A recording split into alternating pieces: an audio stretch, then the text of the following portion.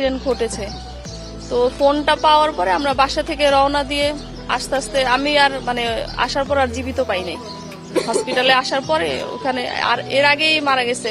তো ওখানে যাওয়ার পরে যতটুকু শুনলাম মানে যখন গুলি পড়ছে 8:20-এর দিকে ওইখানেই মানে ওই সময়ে ওখানেই মারা গেছে। হসপিটালে নিতে নিতে ওনারা ওখানেই বলছে যে ওখানে আগে মারা গেছে। এখন ওরকম ভাবে তো কিছু বলতো না বাসায়, বিশেষ করে মানে রাজনীতির কোনো আলোচনা বাসায় ফ্যামিলির সাথেও এরকম ভাবে হতো না। বাসায় শুধু বাসার ফ্যামিলির যেগুলো প্রয়োজনীয় কথাবার্তা ওগুলাই হতো। তো এমনি মানে প্রায় সময় বলতো যে আমার তো অনেক শত্রু হয়ে গেছে, আমাকে যে কোনো সময় মেরে ফেলবে। মানে এই কথাটা প্রায় বলতো যে দেখবা যে একদিন তোমরা জানতেও পারবে না, হুট করে দেখবে একদিন আমাকে মেরে ফেলছে, আমি যে কোনো সময় আমাকে মেরে ফেলবে। না এই করে বলতো না, বলতো যে আমার অনেক শত্রু হয়ে গেছে, মানে কে কোন দিক দিয়ে মেরে ফেলবে তোমরা বলতেও পারবে না। এখন যেহেতু এই জিনিসগুলা ঘটতেছে আর সিসিটিভি আমাদের ফুটেজ আছে, এগুলো দেখে আশা করি আইন শৃঙ্খলা বাহিনী ওনারা জরুরি পদক্ষেপ নেবেন। আর এই ঘটনা তো ঘটতেই আছে, আগেও করছে, এখনো করতেছে, ইন ফিউচারেও হয়তো বা হবে। তো এগুলো আর সুষ্ঠু তদন্ত না হলে আমার মতো অনেক ফ্যামিলি এরকম হয়ে যাবে। রাজনীতি করছে তারা এতিম হয়ে গেল।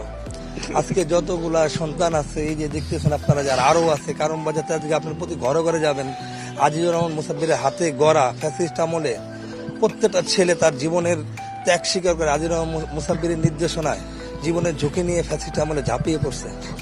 আজকে এই সবগুলা পোলা এতিম হয়ে গেছে। আজকে আমাদের মাথা থেকে গার্জেন চলে গেছে, আমাদের বড় ভাই চলে গেছে।